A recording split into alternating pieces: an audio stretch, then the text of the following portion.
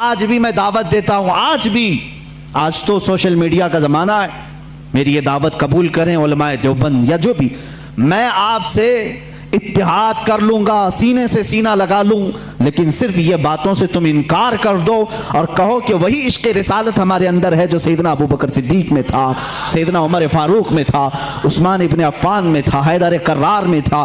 میں آج انصاف کے ساتھ عرض کرنا چاہوں گا، آج جو دیوبند ہے یا جو دیوبندی ہیں، اگر ان کو میری بات بری لگتی ہے تو ٹھنڈے دل سے میرے عزیز اپنے دل پر ہاتھ رکھ کر کے سوچو، آؤ میں تمہیں دعوت دیتا ہوں، آؤ ہم ان تمام چیزوں پر جمع ہو جاتے ہیں جو صحابہ اور تابعین سے تھی۔ کوئی نئی بات تم اپنی کتاب میں نہیں لاؤ گے، کوئی نئی بات میں اپنی کتاب میں نہیں رکھتا۔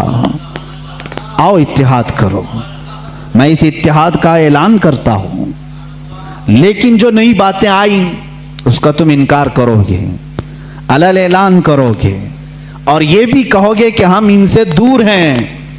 ہوا یہ کہ اعلیٰ حضرت رضی اللہ تعالیٰ عنہ کے زمانے سے تھوڑے سے پہلے کی حالات میں بتا رہا ہوں آپ کو۔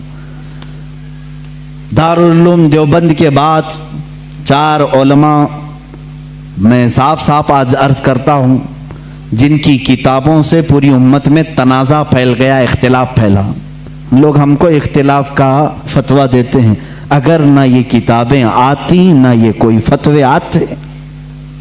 کتابیں لکھی گئی، کتابوں میں اچھی باتیں تھی، حضور صلی اللہ علیہ وسلم کی سیرت پر بھی کچھ کتابیں لکھی گئی، اللہ کی شان میں لکھی گئی، بہت ساری باتیں اچھی تھیں، لیکن بیچ میں چل کر کچھ عبارتیں ایسی کہ لڑکھڑا گئی، اور وہ اتنی لڑکھڑا گئی کہ عام مسلمان بھی اسے بولنا پسند نہیں کرے گا۔ براہین قاطعہ کتاب کا نام بول رہا ہوں، تقویت الایمان کتاب کا نام ہے، تحذیر الناس کتاب کا نام ہے، حفظ الایمان کتاب کا نام ہے۔ یہ وہ کتابیں جو آج چھپی نہیں ہیں، مارکیٹ میں چھپی ہیں، ابھی بھی موجود ہیں، ابھی بھی موجود ہیں۔ انہی کتابوں کی عبارات کی وجہ سے ہی تو یہ تنازع پھیلا پورے امت میں، اختلافات۔ اہل سنت و جماعت متحدہ متفقہ ایک ہی جماعت تھی بر صغیر میں۔ ان کتابوں کے آنے کے بعد ہوا کیا؟ ایک کتاب میں لکھا گیا اللہ جھوٹ بول سکتا ہے، نئی بات تھی۔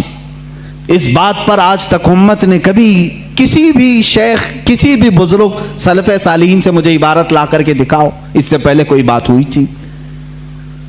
پھر ایک کتاب میں عقیدہ توحید کو بیان کرتے ہوئے مولوی اسماعیل دہلوی صاحب نے یہ تک لکھ دیا، حضور صلی اللہ تعالیٰ علیہ وسلم کا خیال نماز میں آنا گدھے اور بیل کے خیال سے بدتر ہے۔ یہ نئی بات تھی کہ نہیں تھی؟ اور جا کر کے کراس ویریفیکیشن کر لینا، اگر میں جھوٹ بولوں تو میرا جبہ پکڑ لینا اور جو سزا دے سکتے ہو دو۔ میں یہ لفاظی نہیں کر رہا ہوں اور نہ پھکائی کر رہا ہوں، یہ جملے آج کتاب میں موجود ہیں۔ تقویت الایمان میں حفظ الایمان کتاب آئی، اس میں مولوی اشرف علی صاحب نے حضور صلی اللہ تعالیٰ علیہ وسلم کے علم غیب پر بحث کرتے کرتے یہ کہہ دیا، حضور کے علم غیب کی کیا تخصیص یعنی ان کی کیا خصوصیت ہے؟ اتنا علم غیب تو زید کو، پاگلوں کو، بچوں کو، بلکہ جانوروں کو بھی حاصل ہے۔ شیطان کا علم غیب تو قرآن سے ثابت ہے، انہوں نے کہا شیطان کا علم غیب قرآن سے ثابت ہے، حضور صلی اللہ علیہ وسلم کے علم غیب کی کیا خصوصیت ہے؟ یعنی برابر ہو گئے، شیطان کو جتنا علم ہے اتنا ہی محمد صلی اللہ علیہ وسلم کو ہے۔ میرے عزیزو، کیا یہ باتیں دل پر نہیں لگتی مسلمانوں کے؟ یہ عبارتیں آئیں، کتابوں میں لکھی گئی، اور بڑا فتنہ یہاں سے بھی ہوا مولوی قاسم نانوتوی صاحب کی کتاب سے کہ انہوں نے یہ بھی لکھا کہ بالفرض بعد زمانے نبی کے اگر کوئی دوسرا نبی پیدا ہو گیا تو حضور کے خاتم النبیین ہونے میں کوئی فرق نہیں آئے گا، یعنی کوئی دوسرا نبی پیدا ہو سکتا ہے، اگر ہو گیا اگر مگر کی بات ہی چھوڑو، جب حضور نے 1400 سال پہلے کہہ دیا، فرما دیا کہ میرے بعد کوئی نبی نہیں ہو سکتا تو نہیں ہوگا۔ آپ کتاب میں یہ نئی بات لکھنے کی کیوں ضرورت پیش کی؟ آپ کو کیوں ضرورت پیش آئی کہ اگر اب کے زمانے میں بھی کوئی نبی آئے گا تو حضور کے خاتم النبیین ہونے میں کوئی فرق نہیں آئے گا. تو آپ کی اس بات سے پتہ نہیں کتنے محلوں میں کہاں کہاں کوئی نبی ہونے کا اعلان کر دے گا. عزیزان گرامی وقار، یہ کتابیں پورا کا پورا ہندوستان ایک کھلبلی مچا چکی تھی، کوہرام بپا تھا، تنازعات میں گھر گئے. قادیانی اپنے نبی ہونے کا اعلان کر رہا ہے، ادھر ایک نیچری فرقہ ہے علی گڑھ سے جو قرآن کے معجزات کا انکار، حسیات کو صرف ماننے والا، نیچر کو صرف ماننے والا اور مغیبات کو نہیں تسلیم کرنے والا، اور ایک طرف عظمت رسالت صلی اللہ تعالی علیہ وسلم پر، رسول کریم صلی اللہ تعالی علیہ وسلم کے متعلق یہ سارے جملے آ رہے ہیں. چلو 100 سال کا عرصہ گزر گیا، آج بھی میں دعوت دیتا ہوں، آج تو سوشل میڈیا کا زمانہ ہے، میری یہ دعوت قبول کریں علماء دیوبند یا جو بھی، میں آپ سے اتحاد کر لوں گا، سینے سے سینہ لگا لوں، لیکن صرف یہ باتوں سے تم انکار کر دو اور کہو کہ وہی عشق رسالت ہمارے اندر ہے جو سیدنا ابو بکر صدیق میں تھا، سیدنا عمر فاروق میں تھا، عثمان ابن عفان میں تھا، حیدر کرار میں تھا، رضوان اللہ تعالی علیہ مجمعین. جو مشائخ اہل سنت نے ہمیں محبت رسول اور تعظیم رسول سکھایا ہے اسی پر ہمارا اتفاق ہے.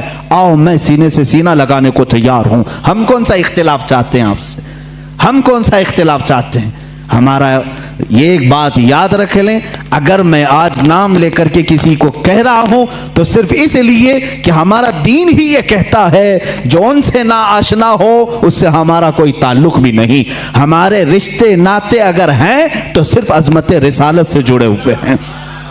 جو نبی کا ہے وہ ہمارا ہے. اسی لیے سرکار مرشدی پیر و مرشد تاج الشریعہ رحمت اللہ تعالی علیہ نے فرمایا ہے، نبی سے ہو جو بیگانہ اسے دل سے جدا کر دیں. نبی سے ہو جو بیگانہ اسے دل سے جدا کر دیں. پدر مادر برادر جان و مال ان پر فدا کر دیں. اسی وقت ایمان کو پہنچو گے، اسی وقت ایمان کو پہنچو گے. اب یہ حالات میں بتا رہا ہوں آپ کو، انڈیا کے، ہندوستان کے، اکھنڈ بھارت کے حالات، مسلمانوں میں تفرقہ پیدا کیا انگریز، اور انہوں نے اپنے مال، اپنی حکومت، اپنی سلطنت کو پھیلانے کے لیے، بہادر شاہ ظفر کا قتل ہو چکا تھا.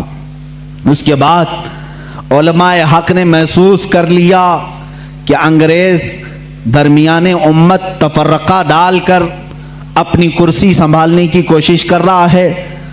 تو وہ مرد مجاہد علامہ فضل حق خیر آبادی رحمت اللہ تعالی علیہ نے دلی کی جامع مسجد سے فتویٰ صادر فرمایا کہ انگریز ہندوستان کا دشمن ہے، ان سے قتال کرنا فرض ہے مسلمانوں کو.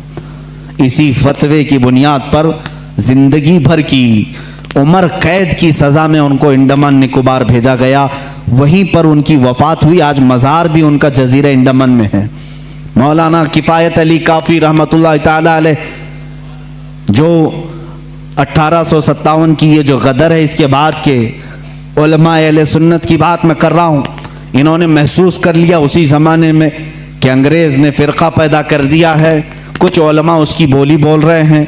ظاہر سی بات ہے یہاں کچھ علماء جو مدرسہ بنا رہے تھے ان کو ماہانہ مشاہرہ مل رہا ہے انگریز حکومت سے.